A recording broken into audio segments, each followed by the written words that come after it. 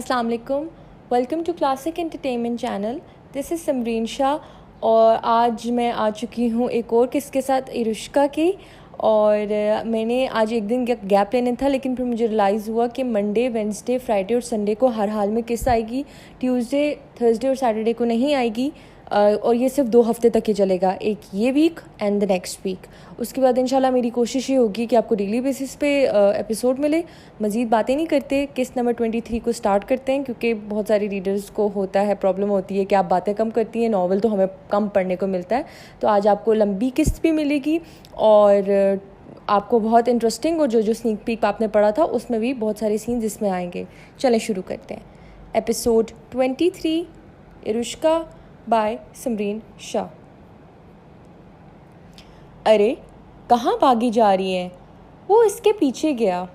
शेरू, मेरा दिमाग मत चाटो, ये ना हो मेरा गुस्सा तुम पर निकल आए।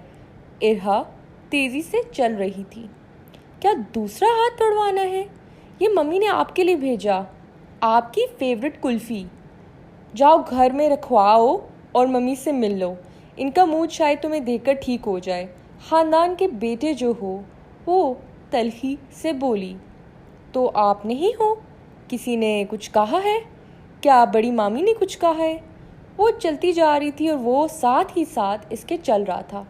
इरहा एकदम रुक कर एक हाथ को एक ही जगह रखे इसे देखने लगी। तुम मेरा पीछा क्यों कर रहे हो? मुझे किसी की हिफाजत की ज़रूरत नहीं है, वो तेज़ी से चिल्लाई। शेर अफगन की आंखें फैली। मैं? आपकी?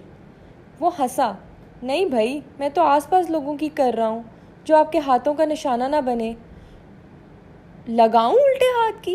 इरहा ने अपना ठीक हाथ पे इसको कोहनी दिखाई, मगर खिंचाई से दूसरे में दर्द शुरू हो गया। इस वक्त सीधे हाथ की फिक्र करें और इस कुल्फ़ी से मुंह ठीक करें, वो अब संजीदगी से बोला। इरहा देखती रही, फिर इसने शॉपर से कुल्फ़ी का डब्बा निकाला और खाने लगी कुल्फ़ी। जब गुस्से में ख़त्म कर ली तो इसने शेरू को देखा जो मुस्कुरा रहा था। क्या है? वो आंखें दिखाने लगी। वो मुस्कुराहट जब्त कर रहा था। एक और ले लें? एक आप ही है जिन्हें मेरी परवाह है, बाकी सब अपने ड्रामे में लगे रहते हैं। इसने दूसरी कुल्फ़ी निकाली और खाई। तो चले मैं आपको ले जाता हूँ, मम्मी और आपकी बनती है, मूड शायद ठीक हो जाए। इरहा कुछ सोचने लगी, फिर शेरू को देखा, फिर इर्द गिर्द। अगर कहीं लेकर जाना है तो मैं जहाँ बोलूँ वहाँ लेके चलोगे? शेरू ने मशकूक निगाहों से इसे देखा। वापसी में जिंदा तो हूँगा ना? इरहा ने फारिग हाथ से इसको मुक्का झाड़ा। बकवास ही करना, तुम एक दोस्त से मिलना है। पता नहीं तुम्हारी बात पे यकीन तो नहीं आ रहा खाला जान, मगर चलो ले चलते हैं तुम्हें। मगर बड़े मामा और पापा से अगर मेरी कुटाई लगी तो मैं सचमुच फिर आपका मूड नहीं ठीक करने आऊँगा। शेर अफगर ने वार्निंग दी। हाँ हाँ ठीक है, जैसे अब तक तो बचे ही नहीं हो ना मेरी वजह से। चलो जल्दी से उबर मंगवाओ, मैं घर मैसेज भेज दूँ कि तुम्हारे साथ दोस्त से मिलने जा रही हूँ। इरहा ने यूस्टस को मैसेज भेज दिया, फिर कहा चलो। जो एड्रेस इसने निकाला था वो इसके टाउन और कसिनो वाले इलाके से बहुत दूर इलाका था। कम से कम इन्हें 2 घंटे लगे थे पहुंचने में। इस दौरान हदाद को शेर अफगन की तरफ कॉल आई थी, मगर इरहू ने उठा ली। इस नालायक को कहाँ लेके गई हो तुम? काम थे मुझे। मुझसे ज़्यादा काम नहीं होगा नाना, बस एक दोस्त से मिलाऊं, फिर वापस आ जाएंगे 2-3 घंटे तक। ये ऐसी कौन सी दोस्त है जिससे मिलने के लिए तुम अपना भांजा साथ लेकर जा रही हो? बेटी जो हूँ ना, बेटा होती तो शायद ना लेकर जाती, और आप लोगों ने फ़ौज भेज देनी थी मेरी पीछे। बेफिक्र हो जाएं, मर्द के साथ हूँ, आती हूँ। पुरानी दोस्त, इसकी बहन बहुत सीरियस बीमार है, देखा हूँ। इरहा का लहजा तल्ख था। तुम्हें किसी ने कुछ कहा है? हदाद समझ गया कि किसी ने तो इसे अपसेट ज़रूर किया है। पूछ लें जिसने भी किया है, पापा को कहें परेशान ना हो। इसने फ़ोन बंद करके शेरू को दिया। बड़ी बात है, बड़े मामा का फ़ोन नहीं आया, लगे होंगे किसी का कीमा बनाने। टॉर्चर के दौरान पापा को होश नहीं होता। इसने बाहर शीशे की तरफ देखा। वो दोनों उर्दू में गुफ्तगू कर रहे थे ताकि सामने ड्राइवर ना सुन ले और इन्हें यही ना उतार दे कि कैसे लोग हैं। अब वो मेन शहर आ गए थे। वहीं से शेरू और इरहा उतर गए। इरहा ने अपने फ़ोन से मैप निकाला और फॉलो करने लगी। ये जगह सब्जियों की मार्केट की तरफ लेकर जा रही थी, जहाँ बहुत चीप मिलती थी। क्या आपकी दोस्त सब्जी वाली है खाला? नहीं, वो फ़ोन पकड़े इस रास्ते पे जा रही थी, कभी दाएं जानब तो कभी बाएं जानब। इतने लोगों के हजूम में इसका घर तलाश करना मुश्किल हो रहा था, पर किसी के कहने पर इसने बड़े ही नैरो पाथ से गुजरकर बाएं जानब जाना पड़ा तो इसने ऑस्ट्रिया के असल गुर्बत और गंदा तरीन इलाका पहली बार देखा। ये कैसी जगह है? शेरू भी पहली दफ़ा देखकर मुंह खोले हैरान हुआ। ऑस्ट्रिया की खूबसूरती और पोश इलाके में पले और बड़े हुए थे। पाकिस्तान विज़िट किया था और वहाँ के ऐसे इलाके इसे सरप्राइज़ नहीं करते थे, मगर यहाँ पर देखना, वो भी इतनी बदतर हालत में, शेरू परेशान सा हो गया। इरहा सीधी सुर्ख और काली ईंटों वाली बिल्डिंग की तरफ गई, जहाँ से टूटा हुआ कांच का दरवाज़ा जो खुला हुआ पड़ा था। इरहा अंदर जाने लगी जब शेरू ने इसका बाजू पकड़कर रोका। ये क्या पागलपन है खाला? ये किन नशेई लोगों वाले इलाके में ले आई?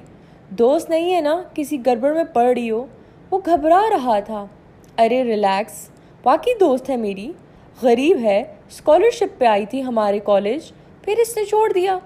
शेरू को इसकी बातों पे यकीन नहीं आया, मगर सर हिलाकर चलने लगा। बात सुनो, खाली हाथ आई हो, हथियार वगैरह के बगैर क्या करेंगे? वो सीढ़ियों की तरफ चढ़ रहे थे जो स्याह काली और दीवार के प्लस्तर उतरे हुए थे और हैंडल इतना चिकना था कि इससे दोनों ने हाथ नहीं लगाया। फॉर गॉड सेक शेरू, गरीब क्रिमिनल्स नहीं होते। चलते हुए दूसरे मंजिल पे पहुंचे तो दरवाजे की हालत तो बाकियों से ज़रा बेहतर थी। पीले दरवाजे पे चिपका नंबर 15 का एक थोड़ा सा ढीला था, जिस पे इरहा ने एहतियात से दरवाजे को नॉक मारा कि गिर ना जाए और पीछे हुई। शेरू ने मुंह पे हाथ रख लिया कि यहाँ की स्मेल बहुत बुरी थी। बिल्लियों, इंसानों की वेस्ट और शराब का मिक्सचर अच्छे से अच्छे बंदों की हालत ख़राब कर दे। अलबत्ता इरहा ने नाक बिना हाथ लगाए बंद रखी। दरवाज़ा दूसरे नॉक पे खुला तो खोला उस लड़की ने ही जिसकी जान इरहा ने बचाई थी। वो इस वक्त ब्लैक नाइटी के ऊपर ढीला सफ़ेद गाउन पहने हुए थी। इसके बाल 2 बंस में बने हुए थे। आंखें सुर्ख थी, लेकिन वो इरहा को नहीं पहचानी। यस, वो इन दोनों अजनबियों को देखने लगी। इरहा खुलकर मुस्कुराई। कैसी हो यार, तुम तो कॉलेज छोड़ने के बाद बिल्कुल ही भूल गई हो मुझे। इरहा चहकते हुए सीधा इससे गले मिली। एहतियात से अपने हाथों की वजह से फिर पीछे हुई। अब शेरू साथ था तो एक्टिंग करनी थी। मैं इरहा हूँ, उस दिन तुम्हारी जान बचाने वाली, इसने गले मिलते हुए आहिस्तगी से बता दिया। इस लड़की की आंखें फैल गईं। तुम? वो शॉक्ड होकर इरहा को देखने लगी। अंदर नहीं बुलाओगी? माना कि तुम हमारे घर नहीं आती, मगर हम तो तुम्हारे घर आ सकते हैं।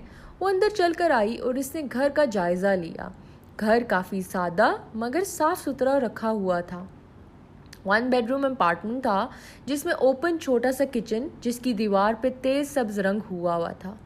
छोटी सी स्पेस थी जिसमें गुलाबी रंग का फर कारपेट जो सेकंड हैंड लग रहा था। छोटा सा टेबल जिस पे सुर्ख रंग का कॉफ़ी का मग पड़ा हुआ था। इसके साथ पीले रंग का 2 सीटर था और इसके सामने छोटी सी टीवी थी जो ज़मीन पे पड़ी हुई थी और उसके नीचे सफ़ेद रंग का लेस मैट रखा हुआ था। दाएं जानिब खिड़की थी और उस पर पर्दे की जगह कपड़ा टेप से नफासत से चिपकाया हुआ था और इसके कोने के बेज रंग की दीवार के नीचे खूबसूरत एनिमे ड्राइंग बनी हुई थी। इरहा मुतासिर हुए बगैर ना रह सकी। घर तो बहुत अच्छा है तुम्हारा, सिंपल और साफ़ सुथरा।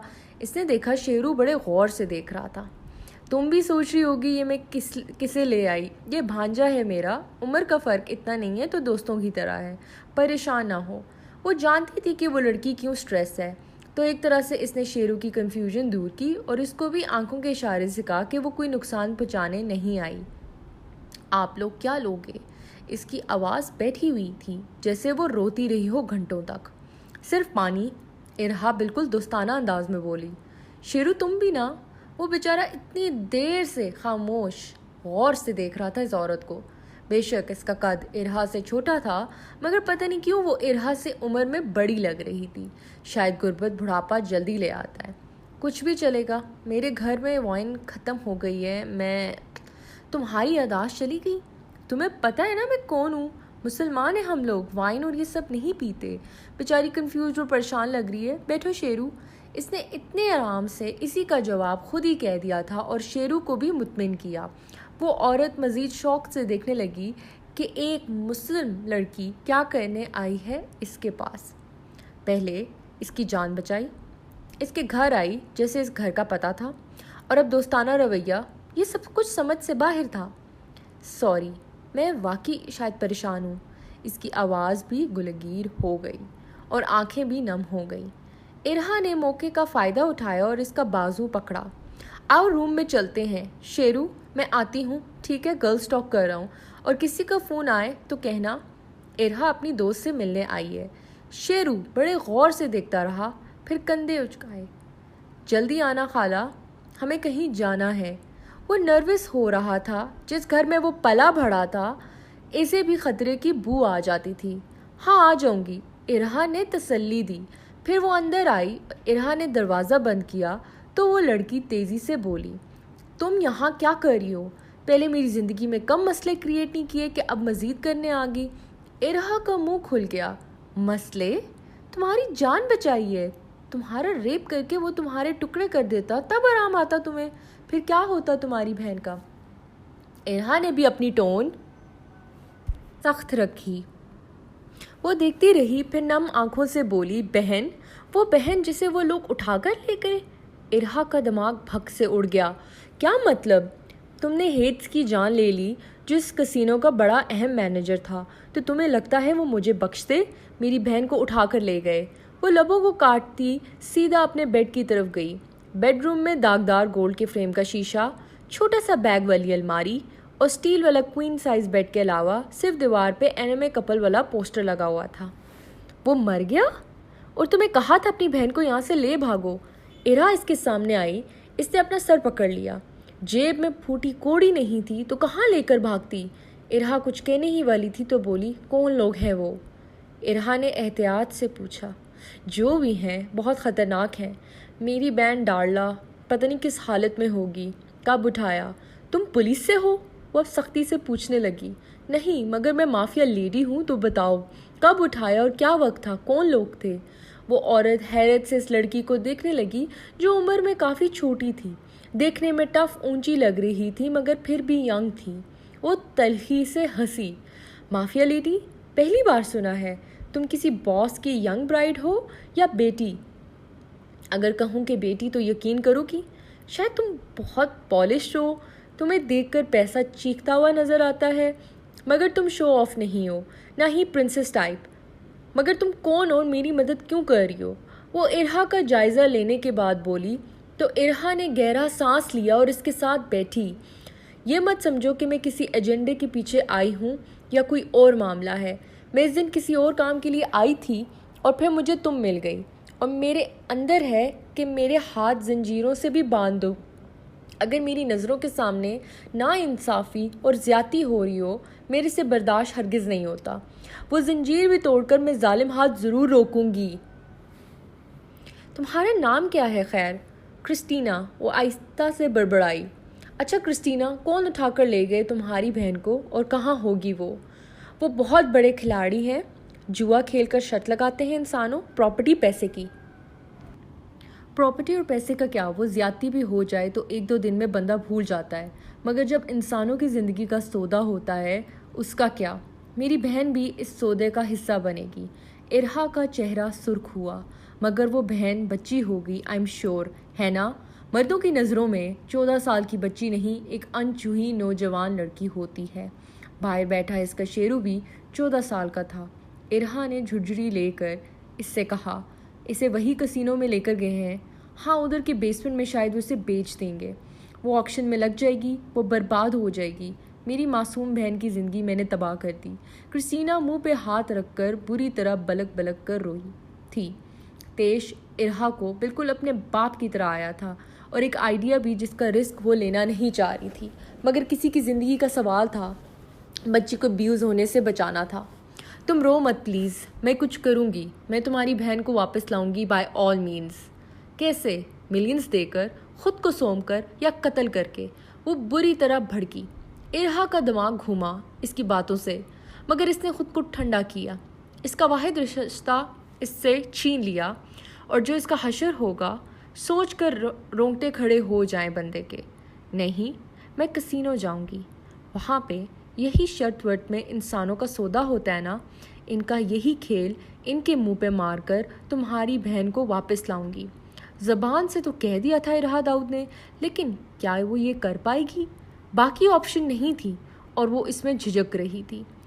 किस को अपने मिशन में साथ लेकर आना भी अकेले नामुमकिन था। ना वो नहीं, वो हैकर थी, इसे खेलना थोड़ी है।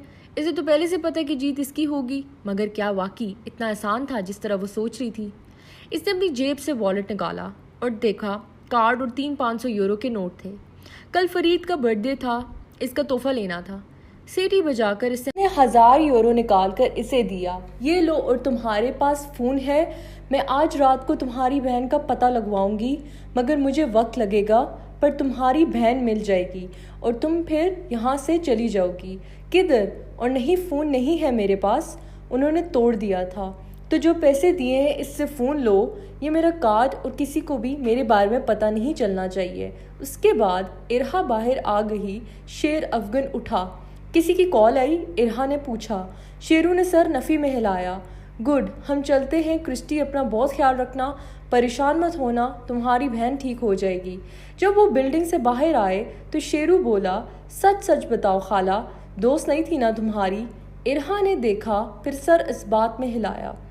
एक बहुत ज़रूरतमंद लड़की थी जो हमारे इलाके के रेस्टोरेंट में काम करती है, और उसकी बहन हॉस्पिटल में एडमिट है, बस मदद करने आई थी। इसने एक और झूठ बोला। इस पे शेरू ज़रूर मुतमिन हो गया। लेकिन आइंदा प्लीज़ इतला देकर जाइएगा, मुझे तो हौल उठ रहे थे इस जगह पर।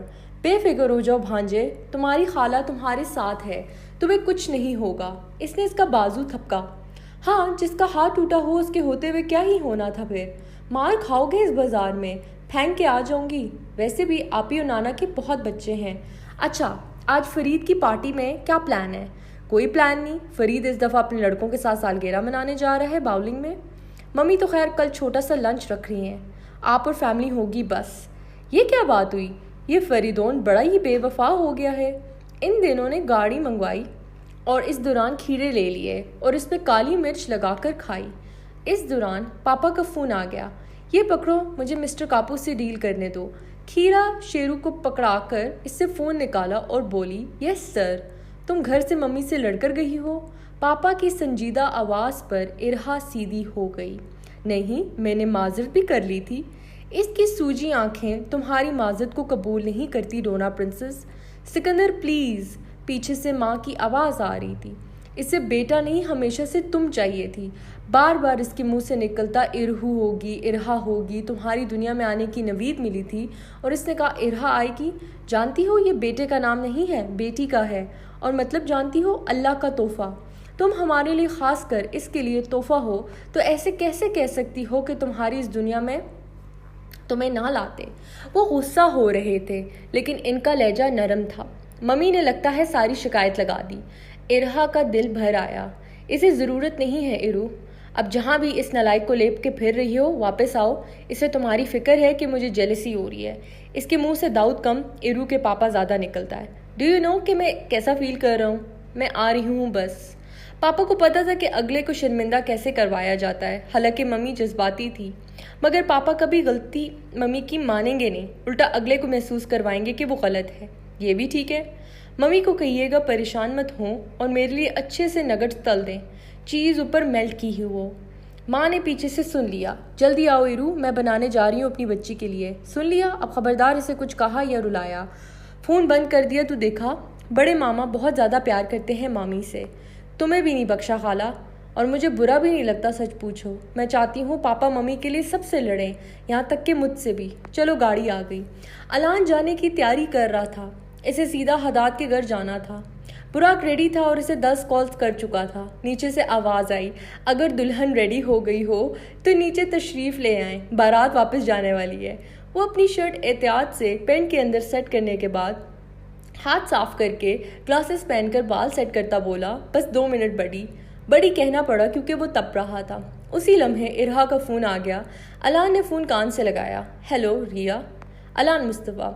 गेस व्हाट, पता है क्या हुआ? अलान, तुम्हारी बद्दुआ काम कर गई। तुम वाकई बहुत नेक आदमी हो। मैं भौंचका गया। बद्दुआ देने पे इंसान को नेक होना कह रही है ये पागल। और 1 मिनट, कौन सी बद्दुआ? जहाँ तक मुझे याद पड़ता है कि मैंने तो इरहा के सामने ऐसा कुछ नहीं कहा। आई एम सॉरी रिया, मैं तुम्हारी बात समझा नहीं। मैं वाकई समझ ना सका। मैं इसे किसी काम से घर से बाहर निकली हुई थी, वापस आई, पापा ने इस डैश आदमी को पकड़ लिया। एंड यू नो व्हाट, वो पहले से पिटा हुआ था। वो सीधा खड़ा ही नहीं हो सकता था। इसकी कमर की हड्डी का मसला हो गया है। खौफजदा होते हुए पापा के घुटने पकड़ लिए और माफ़ी रोते हुए मांगने लगा। और मुझे तो देखकर ऐसे उछला जैसे भूत देख लिया हो। इसने कहा, प्लीज़, मज़ीद टॉर्चर वो सह नहीं सकेगा। पापा मामा को शक हुआ कि मैंने ही आगे से कुछ किया होगा। मैं सोच रही थी कि हाथ ठीक हो जाए तो कुछ करूँगी, मगर मुझे समझ ही नहीं आई कि ये किसने किया है। बस कारमा रिया, चलो अच्छा हुआ। किसी के साथ बुरा करो तो खुद के साथ भी कभी अच्छा नहीं होता। चलो अच्छा है।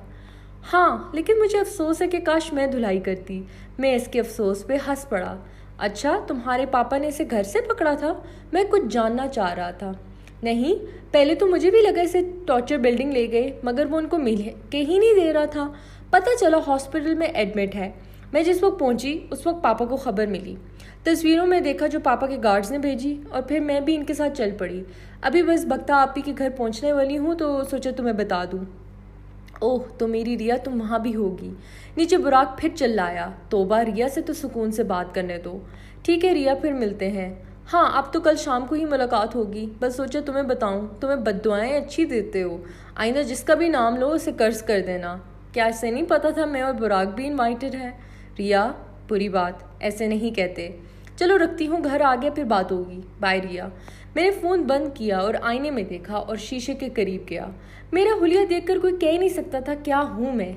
ब्लू जीन्स के साथ सफ़ेद सादी शर्ट और उसके ऊपर आसमानी रंग की बटन डाउन शर्ट, आंखों में नज़र का चश्मा लगाए, हल्की सी शेव जिसे मैंने आज रिया के लिए रखा था क्योंकि इसे अच्छा लगता था, वरना इतनी सी भी इम्परफेक्शन नहीं पसंद थी। मगर दूसरी तरफ मेरी नीली ग्रे आंखें चमकी।